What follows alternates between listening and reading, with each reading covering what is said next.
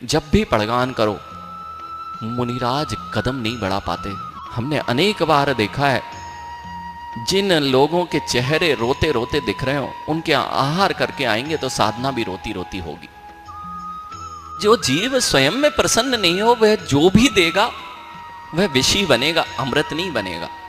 और जिसके मन में प्रसन्नता के भाव हैं, नवदा भक्ति फूट फूट के भरी है, धन्य भाग अहो भाग्य मेरे कि आप जैसे श्रेष्ठ मुनिराज, ऐसे दिगंबर योगी, धरती के देवता मेरे घर को पवित्र करेंगे। ऐसे जिसके अंदर में रग रग पवित्र हो रहा हो, उसके घर में यदि आहार होते हैं तो उस दिन की साधना में अंतर आ जाया करता है।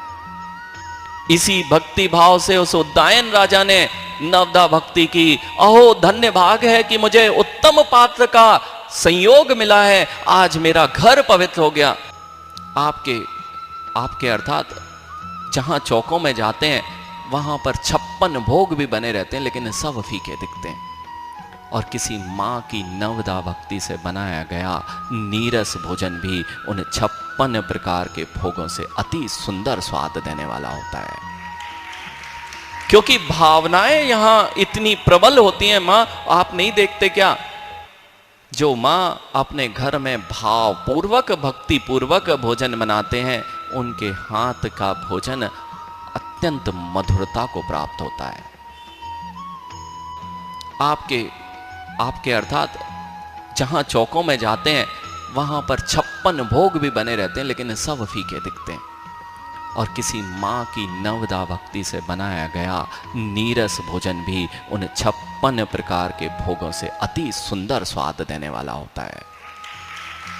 क्योंकि भावनाएं यहां इतनी प्रबल होती हैं। मां आप नहीं देखते क्या, जो मां अपने घर में भाव पूर्वक भक्ति पूर्वक भोजन बनाते हैं उनके हाथ का भोजन अत्यंत मधुरता को प्राप्त होता है। जहां सुनील भैया, मां के हाथ का भोजन और बेटे की मां के हाथ के भोजन में अंतर इतना ही है। मां के हाथ का भोजन और बेटे की मां के हाथ के भोजन में अंतर यहीं आ जाता है, बेटे के मां के हाथ के भोजन में राग की परिणति होती है और स्वयं के मां के हाथ में वात्सल्य भाव होते हैं, इसलिए दोनों के भोजन में मधुरता में अंतर आ जाता है। इसलिए जब भी भक्ति करो, नवदा भक्ति सुनेन भैया, नियम है कोई मुनिराज आगे बढ़ पाए,